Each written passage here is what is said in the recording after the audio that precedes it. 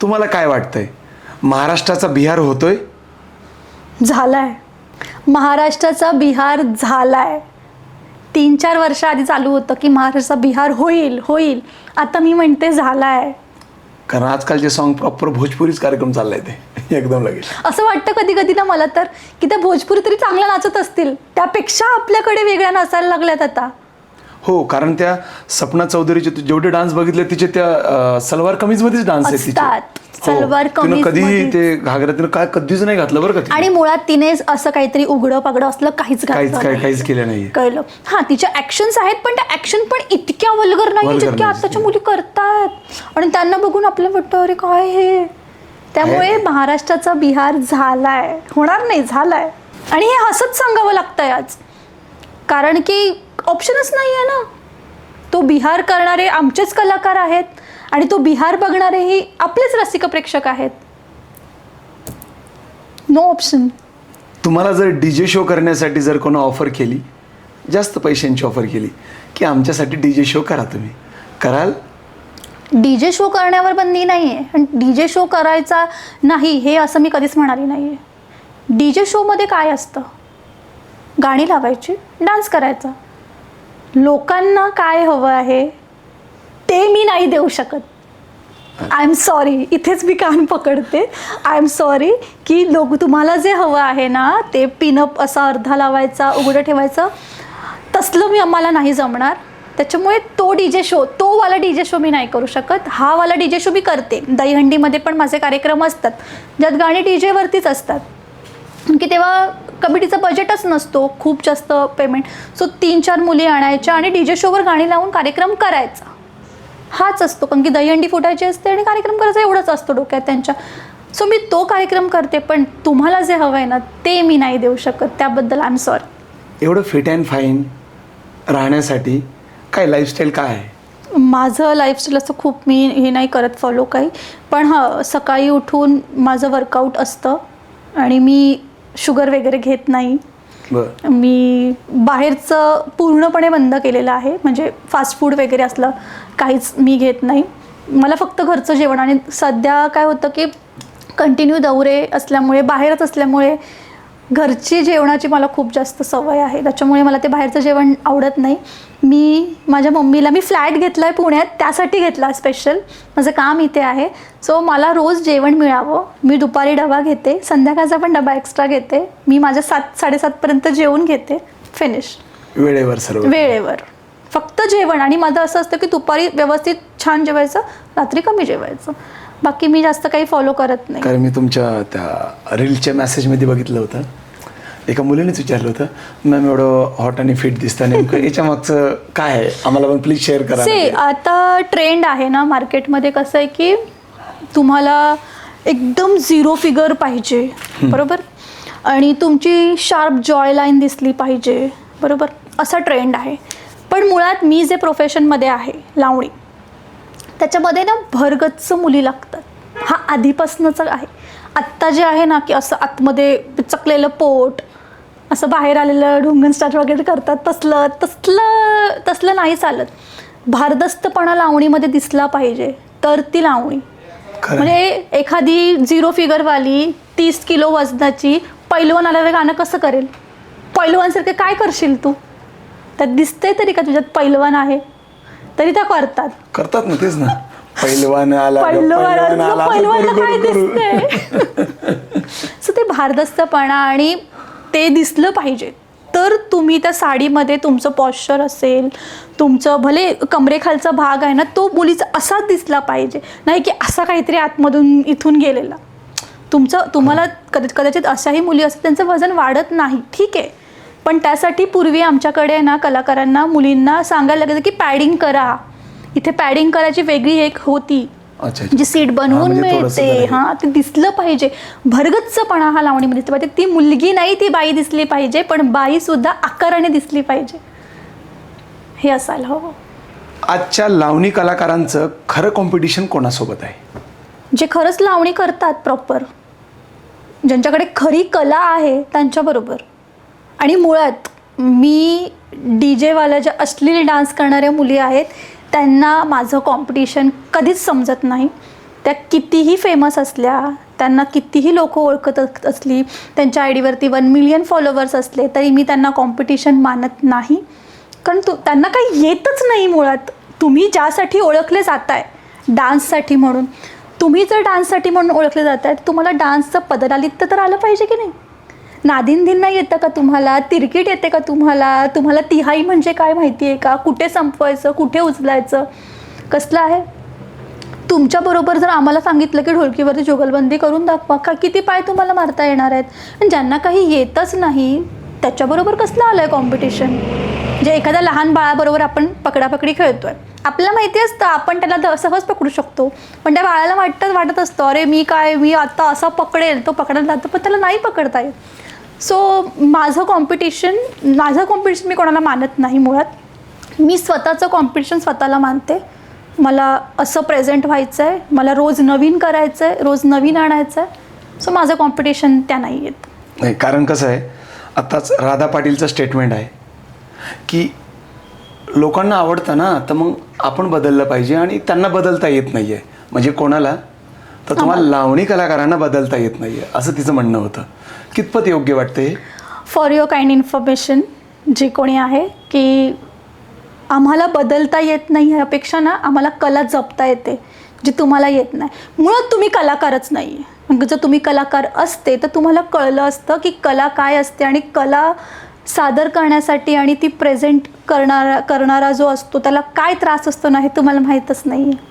कळलं. आणि तुम्ही म्हणता ना आम्ही आमचा ग्रुप घेऊन जातो, त्या ग्रुपला तुम्ही नाही जगवत आहे, तो ग्रुप तुम्हाला जगवतो आहे.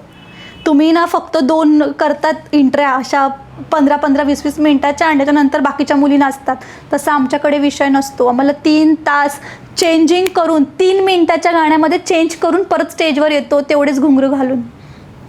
तुम्ही अर्धा तासाने स्टेजवर येता. म्हणून आयोजक तुम्हाला म्हणतात की तुम्ही काय कार्यक्रम केला, 2 तास कार्यक्रम केला, त्याच्यात पण पब्लिकची मारामारी होते. आमच्या कार्यक्रमात मारामारी नाही होत.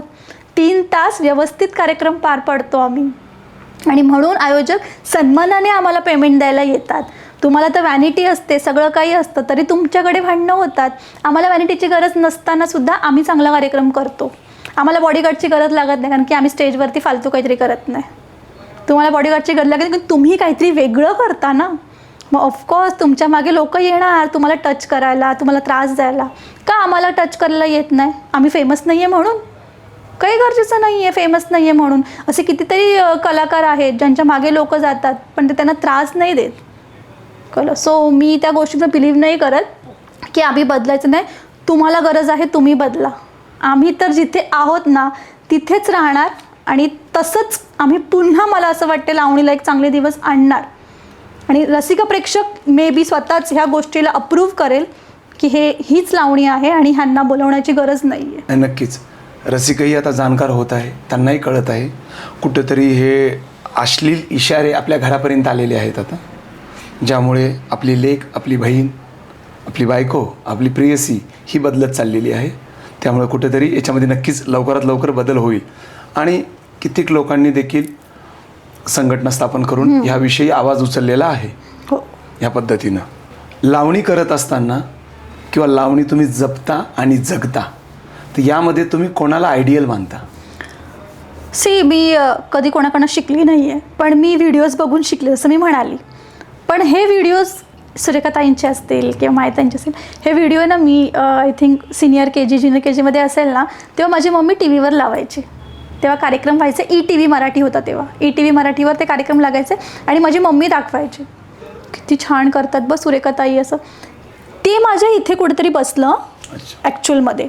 खूप लहान असताना ते माझ्या इथे कुठेतरी बसलं आणि त्याच्यामुळे ते मला कळायला लागलं. त्यामुळे माझं आयडियल माझी आईच आहे. जरी तिला पदीने परमिशन दिली नसली मला या इंडस्ट्रीमध्ये येण्यासाठी, तरी तीच आहे. कारण तिने कुठेतरी माझ्यात ती ज्योत पेटवली, म्हणून मला ते वाटलं की हां मला हे करायला पाहिजे. सो मी माझ्या आईलाच आयडियल मानते. कुठंतरी लावणीमधले टॉपचे कलाकार आणि ज्या पद्धतीनं DJ शो आर्टिस्ट, मोठी कलाकार गौतमी पाटील असेल, राधा पाटील असेल, त्यानंतर अजून काही बरेचसे नावं आहेत त्यांचे, हिंदवी असेल, ह्या सगळ्या गोष्टी ज्या आहेत, तर खरंच विरोधाभास आहे का यांच्याविषयी असलेली जलन आहे तुमच्या मनामध्ये?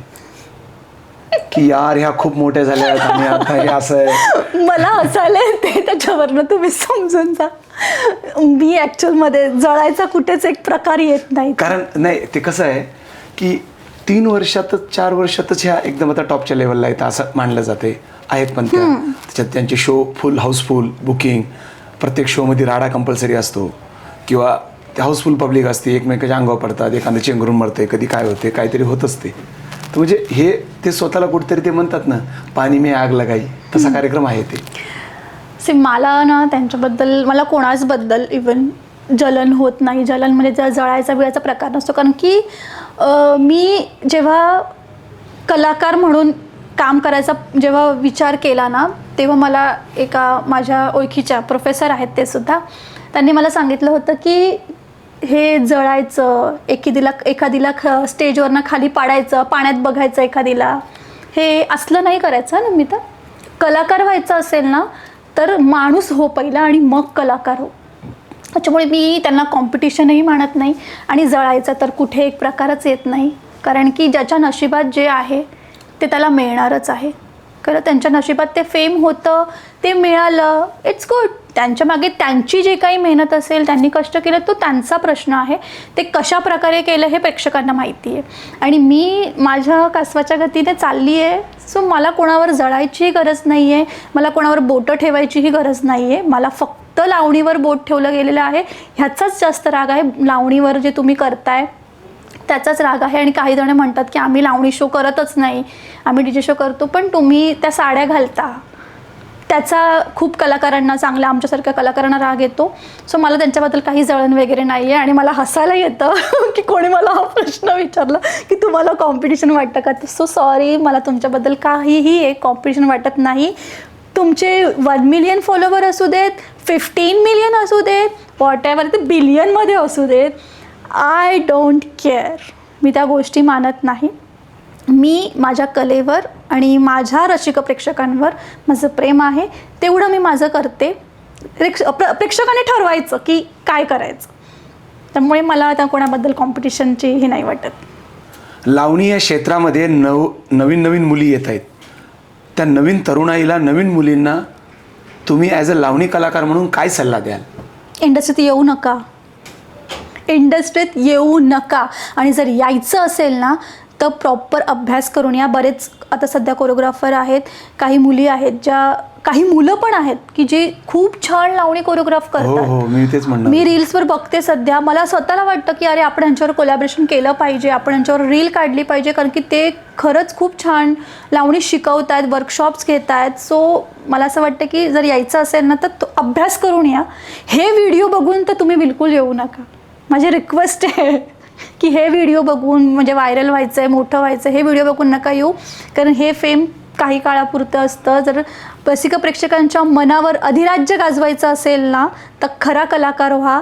पदलालित्य, एक्सप्रेशन, कलेची जाण, ह्या सगळ्याचा अभ्यास करून या.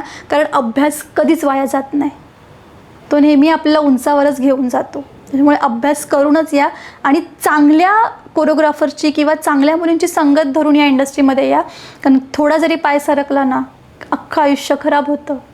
खरं आहे. तर मित्र हो, आज आपण दिलखुलास आणि मनातनं गप्पा मारलेल्या आहेत त्या बालगंधर्व पुरस्कार प्राप्त नमिता पाटील मॅडम यांच्यासोबत आपण बोललो आणि त्यांचा जीवन प्रवास, त्याचबरोबर सामाजिक प्रश्नावरती आपण बरीचशी चर्चा केली. आणि नक्कीच त्यामधनं समाजामध्ये खरा फरक काय आहे DJ शो आणि खऱ्या लावणीमध्ये. तर नक्कीच आपण सर्वांनी लावणी जपली पाहिजे, लावणीचा आदर केला पाहिजे. ह्या पॉडकास्टमधनं हेच सिद्ध होतं. आणि हा पॉडकास्ट नक्कीच तुमच्या सर्व प्रियजनांना, मित्रांना, मैत्रिणींना सर्वांना शेअर करा आणि त्यांना नक्की बघायला लावा. आणि तुमचं मत तुम्ही नक्कीच आमच्या कमेंट बॉक्समध्ये सांगा की आजचा पॉडकास्ट तुम्हाला कसा वाटला. आमच्या नेम टू फेम या पेजला लाईक करा, शेअर करा आणि सबस्क्राईब करा. लवकरच नवीन एका विषयासहित आणि नवीन व्यक्तीसोबत लवकरच भेटू. धन्यवाद.